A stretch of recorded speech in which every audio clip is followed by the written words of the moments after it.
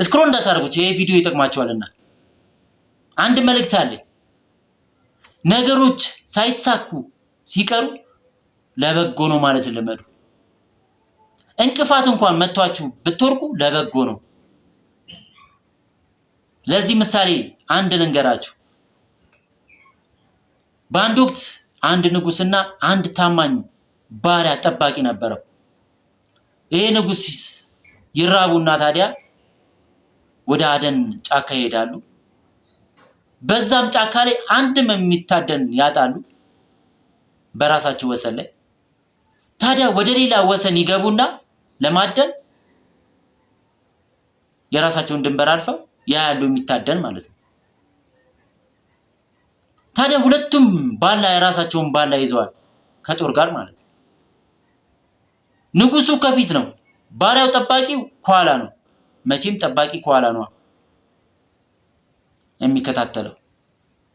ታዲያ ሁለቱም አላማቸው እዛ የሚታደነው ላይ ነው ጦራቸው ያለው ማለት ኢላማቸው።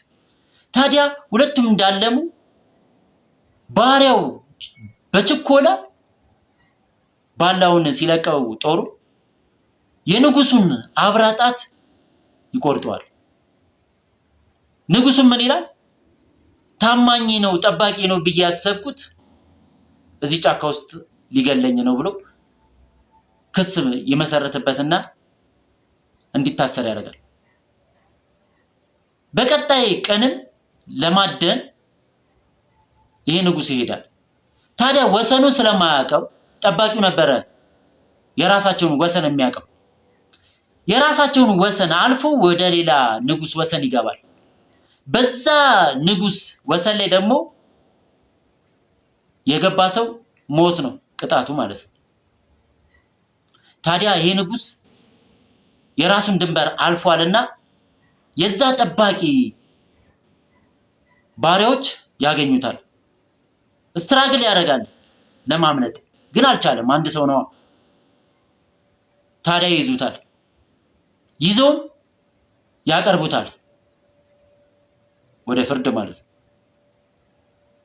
ታዲያ እዛ በተያዘበት ንጉስ ፊት ለፊት ይቀርባል። ይሄ ሰውዬ ንጉስ ተብዬው ማለት ነው፣ ሊፈረድበት የሞት ቅጣት።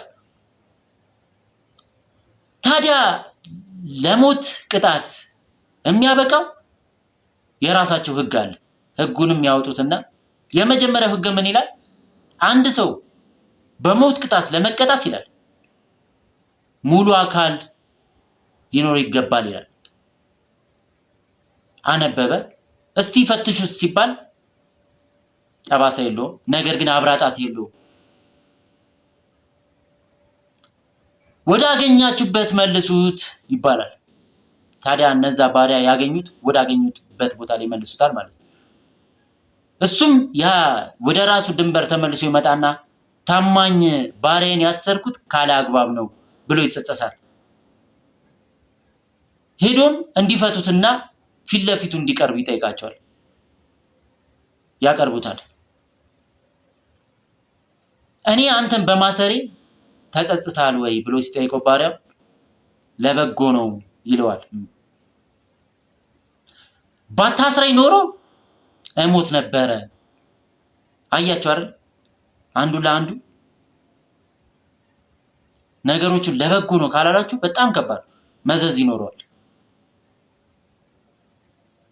ይሄ ባሪያ የንጉሱን አብራጣት ባሳጣ በሞት ይቀጣ ነበር።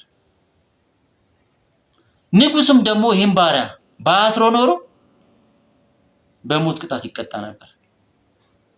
ታዲያ ከተመቻችሁ በእናታችሁ ላይክ እንዲሁም ደግሞ ሐሳብ አስተያየታችሁ ኮሜንት ሴክሽን ላይ ያደርጋችሁ በቀጣይ ባበደ ቪዲዮ ተመልሼ እስከመጣ መልካም ሁሉ እየተመኘው እሰናበታችኋለሁ። እወዳችኋለሁ። መልካም ጊዜ